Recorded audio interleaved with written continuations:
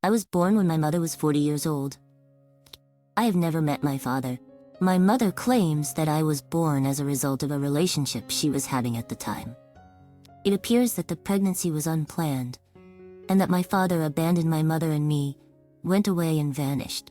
As a result, I was raised completely by my mother. My mother gave birth to me when she was very elderly, therefore she was much older than the mothers of my friends. As a result, by the time I decided to become a nurse, I had a feeling I'd have to say goodbye to my mother sooner than others. An experience that occurred shortly after I began elementary school influenced my desire to become a nurse. It was the death of my grandmother. However, I had just started elementary school at the time and I didn't really care much about the idea of people dying. To be precise, I honestly didn't understand it. Besides, I had only met my grandmother a few times, so I didn't feel much sadness. But then my mother was crying next to me. I didn't even know what those tears meant. "Why are you crying?" I asked her. She took my hand in hers and said, "I'm crying because I'm sad. I won't be able to see your grandmother anymore." I asked her, "How come you won't be able to see her anymore?" But my mother started to cry even more and did not answer my question. Then, after her funeral was all over, my mother told me a story about my grandmother. "You know, your grandmother was a really strong and honorable person. She worked tirelessly every day. She was passionate about her work. This was the first time I really got to know my grandma, whom I hadn't met very often." "What did she do for a living?" My mother smiled calmly and said she worked as a nurse. A nurse's profession is quite demanding, and even though she was supposed to be busy, she would smile at me every day. I'm sure she was tired and wanted to sleep right away. But she still made time for me. She was a truly great person. With that, tears started to well up in my mother's eyes again. I listened to her story.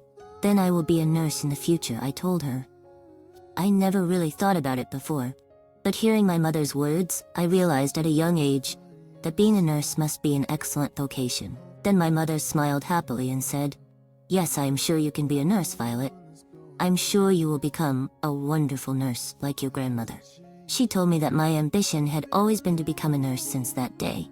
More than 10 years have passed since then, and I was on the verge of graduating from nursing school. All that remained was to take on the challenge of hospital training. It was the first day of training and there was a ceremony at the school before I went to the hospital for my practical training. This was a significant moment as I put on the nurse's cap for the first time and began my career as a nursing intern. This event was every nursing student's dream, and I had been looking forward to it for a long time. Finally, it was my turn. Putting on the nurse's cap for the first time was a nerve-wracking experience, but at the same time, I felt as if my long-time dream had come true. Of course, I knew that I still had a long way to go before becoming a real nurse, but from this moment on, I was an aspiring nurse. It was as if my foggy desire of being a nurse had suddenly become crystal clear ahead of me on this route I was on. That was how I felt. I promised myself that I would work hard to become as strong and honorable as my grandmother. I kept that thought in mind as I went through my many practical training sessions. I often felt ashamed of myself because the practical training was completely different from what I had learned in school. But what inspired me every time was recalling my mother's expression as she cried and told me how wonderful it was to be a nurse. Looking back on it now, I wondered why it stayed in my mind for so long. I wanted to please my mother who raised me all by herself, and I wanted to become a wonderful woman like my grandmother.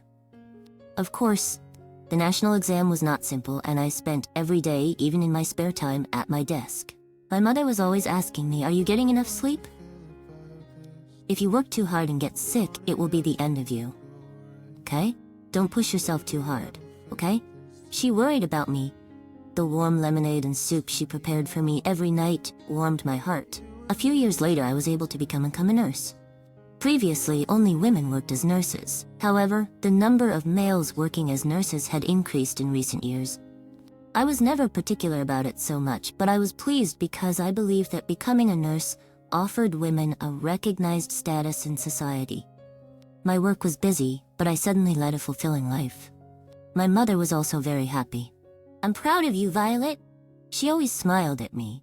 However, Not long after I became a nurse, my life would change dramatically.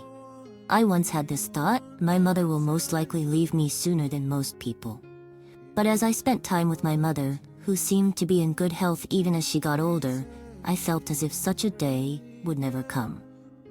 But that time came right before I turned 30. Our normal life began to break down when my mother told me that she had no appetite. My mother and I went to a local doctor's office and were promptly moved to a general hospital. I was working as a nurse, so I had some knowledge about this. I had a bad feeling at that point.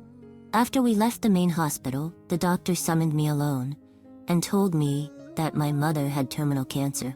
Furthermore, at this rate, she would only live a few days, maximum to a few weeks. That's what he told me. The terminal cancer patients I had seen before were nothing like the mother in front of me. Because my mother appeared so well, it was difficult to think she had terminal cancer. So, I didn't want to believe that my mother had terminal cancer. Even now that I became a nurse and started facing the death of patients, there was no way I could have been prepared for my mother's death. I had hoped that this happy, fulfilling life would go on forever. Despite the physician's explanations, the bone metastasis had spread throughout her body. When he showed me my mother's blood data, which was so poor that it was a miracle she was still alive, I was distracted. I just wanted to believe in the healthy mother I saw. She appeared to be in good health, but the disease was spreading inside her body. I questioned why, as a nurse, I hadn't spotted it sooner. I was so frustrated and disappointed. It was hard to accept the reality. Then I thought about it. Should I have her stay at the hospital where I work and support her as a nurse nearby? Or should I stay by my mother's side as her daughter until she dies? However, a certain sense surfaced and my thoughts were confirmed. I wanted my mother to see how mature I had grown as a daughter and as a nurse.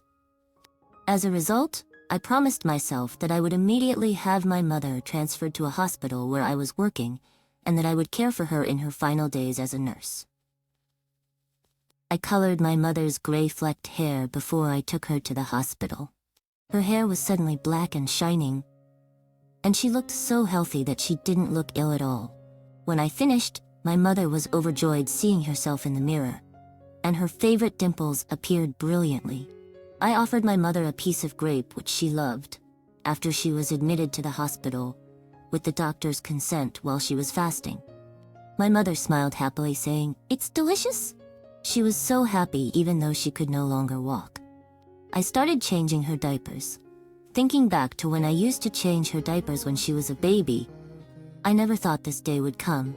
She seemed to be embarrassed when she said that, but I loved my mother and wanted to do everything I could to make her comfortable. I wanted to do whatever I could for her. A few days later, I went to my mother's hospital room as usual that day, but she seemed different. She was smiling on the outside, so she appeared normal at first glance, but as someone who had known her for decades, I could see something was amiss. I became concerned. "What's wrong?" I asked her. My mother smiled as usual. "I'm fine. It's nothing," she replied. Hearing her say that, I was convinced. I knew she was in bad shape that day. I moved closer to my mother, rubbed her back, and said, "You don't have to force yourself to smile." Then tears spilled from my mother's eyes. It was the first time I had seen her cry since the day I decided to become a nurse. She then shifted from sitting to lying down on the bed. "It hurts a little bit, so I'm gonna lie down," she weakly said. I had never seen my mother like this before. She never said anything negative and always had a bright smile on her face. In that moment, I felt as if it was the first time my mother had revealed her vulnerability to me. She must have raised me with her own hands and endured in order not to worry me, her daughter. I felt sad that she had to expose her fragility to me, but at the same time, I was grateful that she trusted me enough to do so. An inexplicable sense of fear overcame me as I realized the moment had come to say goodbye. A few days passed since that day, and my mother has been in a constant state of pain. Actually, now that I think about it, she must have been struggling for a long time. When I considered how my mother felt when she tried to hide her weakness and anguish from me, tears welled up in my eyes.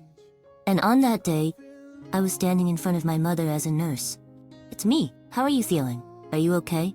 I called out to her as usual. "Until now I'm fine," she would reply, but at that moment, she could hardly speak. I could only imagine how hard it was for her. Then, just as I was about to return to work, I dropped a pen under my mother's bed. When I bent down to pick it up, the hat I was wearing fell on her bed. I looked over at the bed after picking up the pen to put the hat back on, but my mother was holding it. "Come here," she spoke to me. I followed her words and turned my head toward her, and she put the nurse's cap on me. At that moment, I remembered something: the coronation ceremony, the first step into nursing. It was as though my mother was recognizing and encouraging me as a nurse. It was far more pleasant for me than the first coronation, which took place roughly 10 years ago. My mother must have been in pain at the time, but I was so grateful that she went out of her way to do this for me. "I tried my best to hold back the tears and then keep up the good work," she told me. I thought I was going to cry when I heard those words. "Thanks. I'm going back to work," I said as I left the hospital room. A few uncontrollable tears flowed, but I quickly wiped them away and went back to work. A few days later, my mother passed away. Her hand was always warm when she offered help when I was in trouble. And what about the hand I held out to my mother? My mother became my patient in her dying days, and I believe she provided me with wisdom that would enable me to continue working as a nurse for the rest of my life. I swore to my mother in her coffin that I would become a nurse who could offer a loving hand like hers to those in need. And the second time I received a coronation from my mother, that event will serve as a source of comfort and courage as I carry out my responsibilities as a nurse, no matter what happens in the future.